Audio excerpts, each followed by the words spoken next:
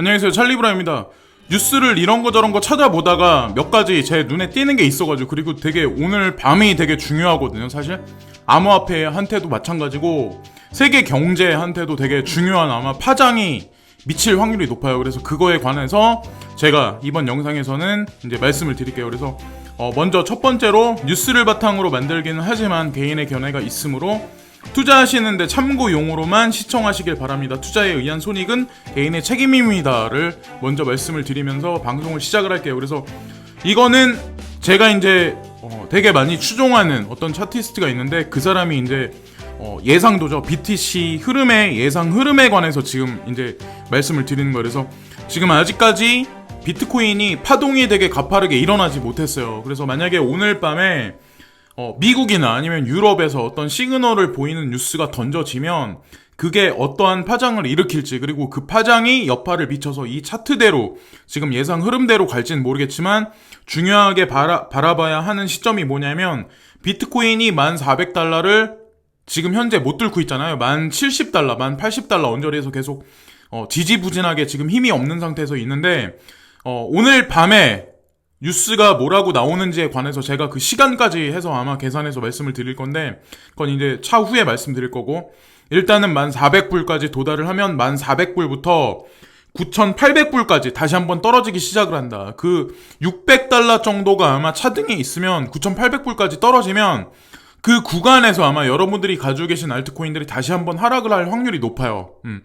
그리고 만약에 자기 자리를 지키거나 상승할 수 있는 알트코인은 일부분일 거고, 저는 뭐 대부분의 알트코인들은 아마 원화 가격으로 했을 때는 많이 좀 다시 한번 까지지 않을까라는 생각을 개인적으로 하고 있거든요. 근데 만약에 내가 진폭에 많이 좌우되지 않는다, 그리고 일부 알트코인만 이 지금 600불이 만약에 하방 압력을 받아서 다시 한번 조정 단계를 거치면 9,800불까지 다시 한번 가면 일부 알트코인들만 예를 들어서 되게 많이 까질 확률이 높거든요. 그래서 그거는 개인의 판단이기 때문에 저는 약간 큰 관점에서 해석해서 이제 말씀드린 거기 때문에 그거는 개인이 대응해야 된다고 생각을 하거든요. 그래서 욕심을 많이 안 부리시는 분들 같은 경우는 단타로 대응하셔도 제가 보기에는 나쁘지 않은 구간이 아마 며칠 내에는 분명히 있을 거다. 근데 오늘 밤을 기점으로 해서 분명히 며칠 상간에는 아마 분명히 그런 파동이 있을 거고, 9,800달러를 한번 도달을 한번 하면 그 다음에 장세가 한번 거치고 나서 지지를 9,800달러에서 반드시 해줘야 되는데, 거기를 만약에 지지 반등해서 올라가면 11,800달러까지 곧바르게 한 며칠 안에 이번 달 말까지 다시 한번 상승세 흐름을 탈 수 있다라고 이제 이 친구는 얘기를 하거든요. 그래서 그런 관점에 관해서 한 번 더 말씀드리는 거고, 자, 이거는 이제 바이낸스거든요. 바이낸스에서 코모도를 이제 스테이킹 하는 거에 관해서 서비스를 해주겠다, 그렇게 발표를 하고 나서 코모도가 지난 며칠 동안 되게 많이 상승을 했었어요, 사실은. 그리고 나서 지금 조정 장세에 있는 건 사실이긴 하지만, 어쨌건 중요한 건 바이낸스에서 스텔라 루멘도 얼마 전에 스냅샷을 찍어주겠다 해가지고 갑자기 장세가 지금보다는 현저하게 안 좋을 때 갑자기 9%나 상승을 했잖아요. 그래서 여러분들이 지금 코인을 보관하고 있는 거래소들 있죠. 업비트나 뭐 빗썸이나 뭐 여러 가지 대형 거래소들이 있는데, 그들이 이런 거에 관해서 제공을 안 해준다면 한번 문의해보는 것도 제가 봤을 때 나쁘지 않을 것 같아요. 그게 뭐 코인원이 대상이 될 수도 있는 거고, 뭐 업비트가 대상이 될 수도 있는 거. 업비트 같은 경우는, 네오 같은 경우는 가스를 주는 걸로 알고 있거든요. 그리고 다른 코인이 예를 들어 코모도는 지금 안 해주고 있는 걸로 알고 있는데, 자꾸 문의를 한번 해보세요. 바이낸스가 한다면 결국에는 다른 대형 거래소들도 분명히 할 수밖에 없다고 생각하거든요. 왜냐면 그들 또한 만약에 바이낸스가 행하는 어떤 그런 걸 만약에 취하지 않는다면 결국에는 개인 투자자들 같은 경우는 그냥 냅둬도 이자가 지급되는데, 그리고 바이낸스 거래소가 그렇게 취약하거나 그런 데는 아니거든요. 그럼 대다수의 사람들이 많이 코인을 빼가지고 많이 옮겨갈 확률이 높다. 근데 스테이킹 하는 코인들이 생각보다 되게 많아요. 그러면 결국에는 그거를 누군가는 중간에서 이잡돈을 계속 빨아먹을 수도 있는 거거든요.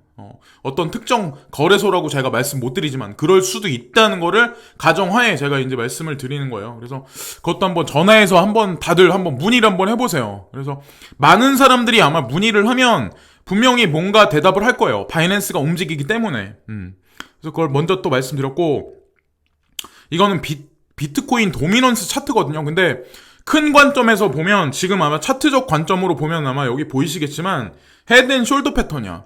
헤드 앤 숄더 패턴이란 얘기는 결국에는 왼쪽 날개가 꺾여가지고 결국에는 비트코인 도미넌스가 하락할 수 있다는 확률이 점점 많아지고 있거든요. 그리고 지금 보시면 하얀 선 두 개가 있는데 넥 라인에 걸쳐져가지고 지금 비트코인 도미넌스가 상승하지 못하고 여기서 살살 꺾일 확률이 되게 높다라고 차트적인 관점에서도 나오고, 밑에 부분에 보시면 RSI 같은 경우도 25일을 기점으로 해서 크게 상승을 했다가 지금 보면은 살짝 넥라인에서 꺾여가지고 거기서 만약에 올라간다고 해도 되게 살살 올라갈 확률이 되게 높아요. 그렇다는 얘기는 알트코인하고 분명히 뭔가 스위칭될 확률이 되게 높다고 볼 수 있거든요, 우리가. 그래서 어느 정도 알트코인 가지고 계신 분들 같은 경우는 조금 아직까지도 기대를 저버리지 마시고 기대를 한번 가져보세요. 향후 비트코인이 방향성이 어떻게 정해지냐가 중요한 거긴 해. 그리고 나서 개별 알트코인에 호재하고 같이 접근하는 게 낫죠. 지금 같은 경우는 대부분의 아마 알트코인들 그런 코인사들이 호재 같은 거를 다 숨겨놓고 다 밀어놨어. 뒤로 다 빼놨어. G캐시 마찬가지. 그리고 제가 알기로는 스팀 같은 경우도 아마 뒤로 SMT 토큰하고 관련해가지고 아마 그것도 뒤로 밀어놨을 거예요. 그러니까 그런 거를 다 염두에 두시고 알트코인 가지고 계신 분들 같은 경우는 다 모든 거를 다 계산해 하셔야 된다는 거죠. 그래서 비트코인 도미넌스가 헤드 앤 숄더 패턴이기 때문에 이런 식으로 갈 확률이 높다. 그리고 이것도 비트코인 도미넌스에 관해 제가 크게 좀 말씀드리려고 하는데, 자, 시나리오 1번이 있고 시나리오 2번이 있어요. 자, 시나리오 1번은 녹색 줄이고 시나리오 2번은 검은색이거든요. 그래서 1번부터 먼저 말씀을 드리면 어떤 거냐면, 자, 1번부터 말씀드리면 9월달 초까지 살살 하락을 해요. 이게 그래서 65 정도까지 하락을 해요. 그럼 여러분들 가지고 계신 알트코인들이 지금보다는 많이 올라 있겠죠. 지금보다는 낫겠다. 근데 중요한 거는 9월달 초를 기점으로 해서 갑자기 비트코인 도미넌스가 77, 78까지 막 찍으려고 갑자기 막 올라가기 시작을 해. 9월달 초부터. 이 사람이 바라보는 거를 그대로 말씀드리는 거예요. 그래서 그때 만약에 그렇게 올라간다면 결국엔 여러분들 가지고 계신 알트코인들도 되게 많이 작살이 날 것 같아요. 9월달 초부터.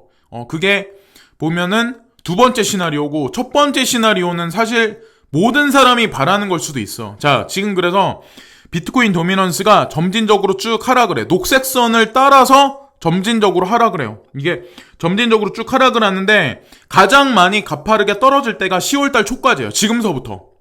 비트코인 도미넌스가 10월달 초부터 가파르게 떨어지는 곡선이, 그 다음서부터 살짝 반등을 했다가 2020년 말까지 살짝 반등을 했다가 그 다음에 2020년 초까지 4월달까지 쭉 떨어져요. 비트코인 도미넌스가. 그래서 이 사람이 계산한 게 52까지 떨어진다요.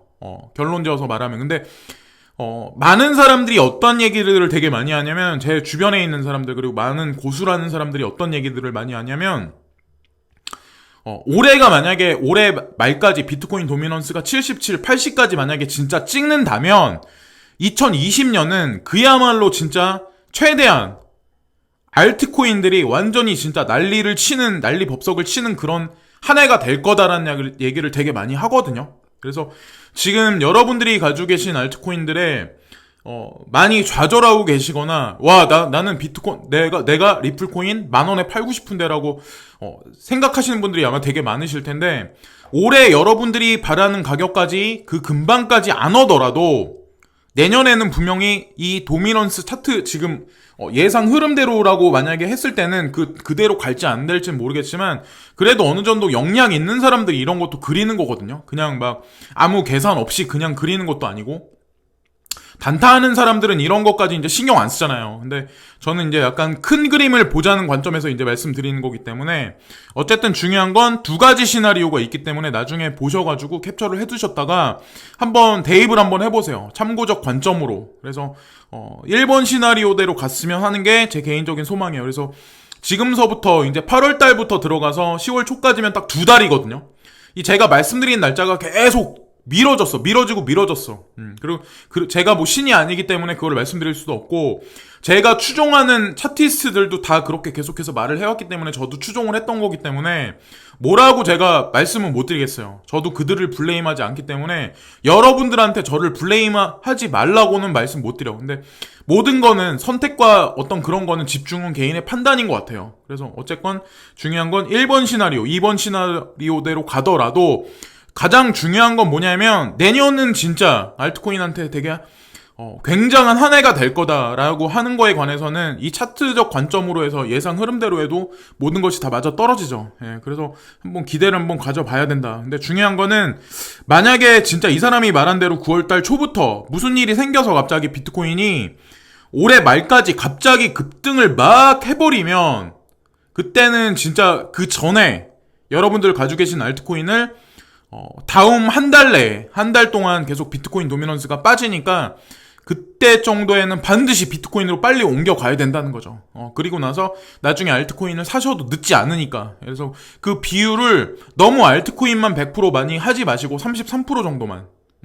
33%는 비트코인, 33% 현금 정도. 그래서 그 비율을 한번 9월달 초까지는 한번 맞춰봐야 되지 않을까. 그래서 이 차트적 이 예상 흐름을 한번 말씀을 드렸어요. 그리고 링크 코인에 관해서 이제 말씀을 한 번 더 드리는데 다른 코인도 되게 지금 어떻게 보면은 괜찮은 코인이 있는데 단기적 관점으로 접근해서 링크 코인이 좀 먹을 게 있지 않을까 라고 생각하는 관점으로 말하는 사람이 되게 여러 명이 있어요. 그래서 저도 이제 말씀을 드리는 거예요. 링크 코인, 링크 코인이요. 그 유럽 제조업 지표가 악화에 힘 실리는 ECB가 금리 인하를 발표하려고 한다라는 그런 얘기가 7월 25일날 나왔죠. 자, 제조업 지표가 썩 그렇게 좋지가 않게 나왔어요. 유로존, 독일 제조업 PMI 지수가 딱 나온 건데 블룸버그 통신에서 이 자료는 발표를 한 거예요. 그래서 보통 보면은 여기 보면 45에서 60까지 지수가 지금 딱 기준선에 나와 있는데 50 이하로 되면은 경기 확장과 위축을 가늠한다. 그러니까 지금 보면은 경기 위축을 가늠해서 50 이하로 꺾였어요. 2018년에는 65 정도, 67까지 한 65 정도까지 올라갔었는데 2018년 1월달을 기준으로 해서 그 다음서부터 계속해서 떨어지기 시작했어요. 2019년 지금까지. 그래서 지금 보면은 독일 같은 경우는 43.1 그리고 유로존 전체를 봤을 때 46.4. 그 얘기는 유로존 전체가 경기 확장이 아니라 경기 위축이다. 그렇기 때문에 금리에 관해서 뭐라고 이제 발표를 할 건데 중요한 건 ECB가 오늘 저녁에 오늘 밤에 발표를 해요. 그래서 ECB 예금 금리가 이미 마이너스 0.40%인 만큼 미 연방준비제도보다 먼저 금리를 내리긴 부담스럽다. 도널드 트럼프 미국 대통령은 유럽이 유로화 가치를 떨어뜨려 부당 경쟁을 하려 한다고 공개적으로 비난하고 있다라는 얘기를 지금 하고 있고, 자, 오는 30일에서 31일로 예정된 미국 FED의 연방공개시장위원회 FOMC의 직전 금융정책 결정 회의가 여는 일본은행도 추가 통화 완화 의지를 내비칠 것으로 보인다라고 나오죠. 그러니까 30일에서 31일 이전에 뱅크 오브 재팬도 마찬가지로 금리 인하에 관해서 시그널을 보인다면 과연 전 세계에 있는 모든 통화들의 값어치는 어떻게 될까요? 그래서 블룸버그 통신은 전문가 조사 결과 77%가 BOJ의 추가 통화 완화를 예상하고 있다고 밝혔다라고 나오죠.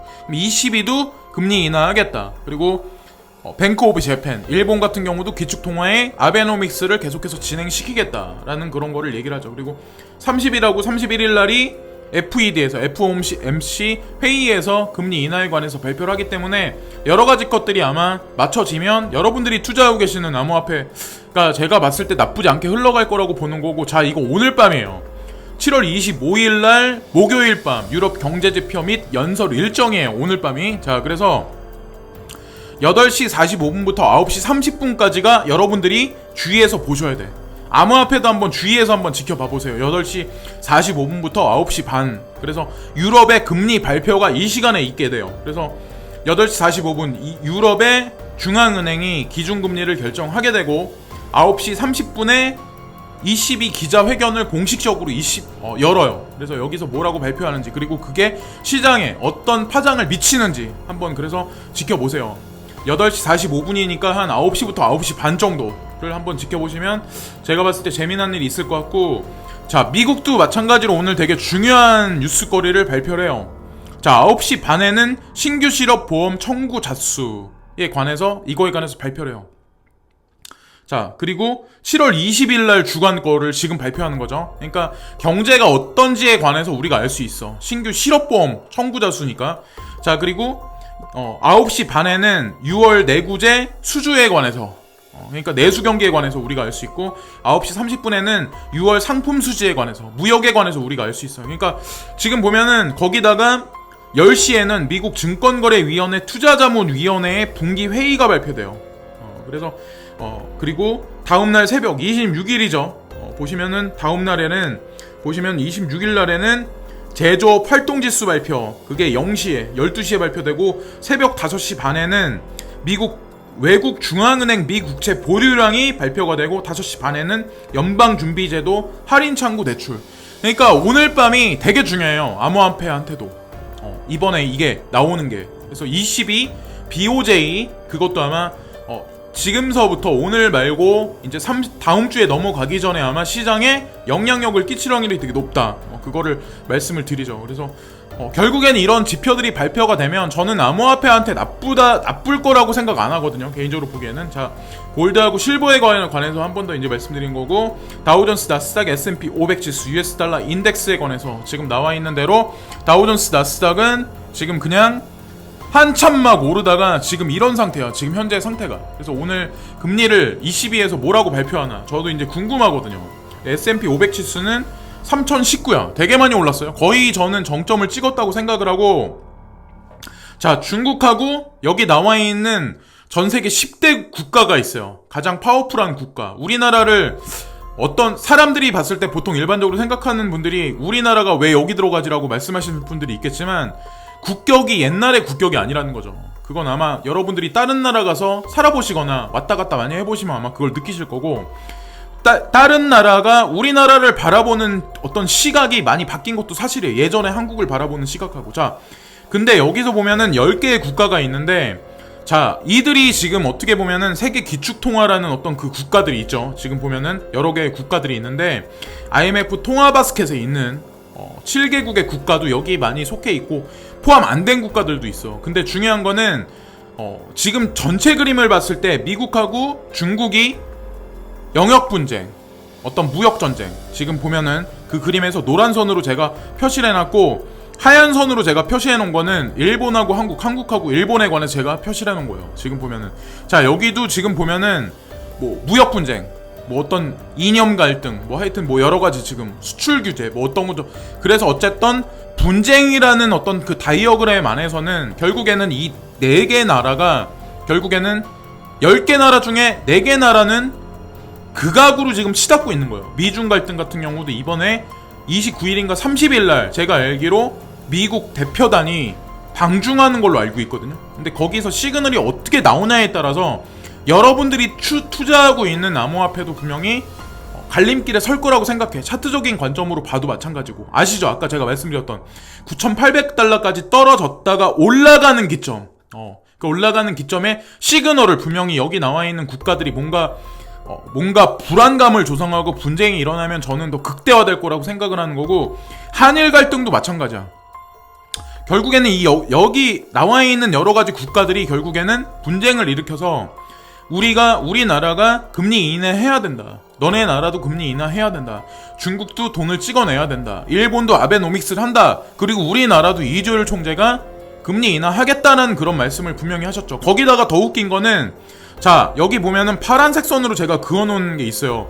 프랑스, 독일, 영국이란 나라가 있어요. 자, 여기 유로존이잖아요. 그죠? 보면은 노딜 브렉시트가 10월 31일 날 있어. 자, 그러면 어떻게 돼요? 유로는 어떻게 돼요?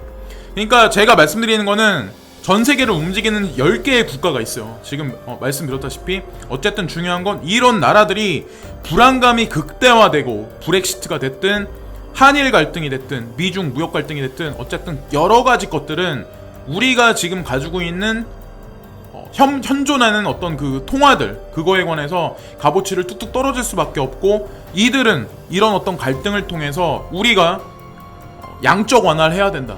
금리 인하해야 된다는 명분을 삼는 거죠. 일본도 마찬가지야. 한일 갈등이 벌어지기 때문에 우리 경제가 위축돼. 되게 안 좋아. 그렇기 때문에 우리도 금리 인하해야 돼. 한국도 마찬가지야. 우리 일본하고 수출 무역이 잘 안 돼. 얘네가 자꾸 규제해. 뭔가 명분권리를 찾아야 돼. 거기다가 주변 국가들은 또 안 도와줘. 중국도 안 도와줘. 미국도 안 도와줘. 결국에는 우리도 명분 찾아야 돼. 금리 인하해. 돈 찍어 풀어. 이렇게 되는 거죠. 그럼 전 세계에 있는 나라들이 다 마찬가지 영향을 받을 수밖에 없어.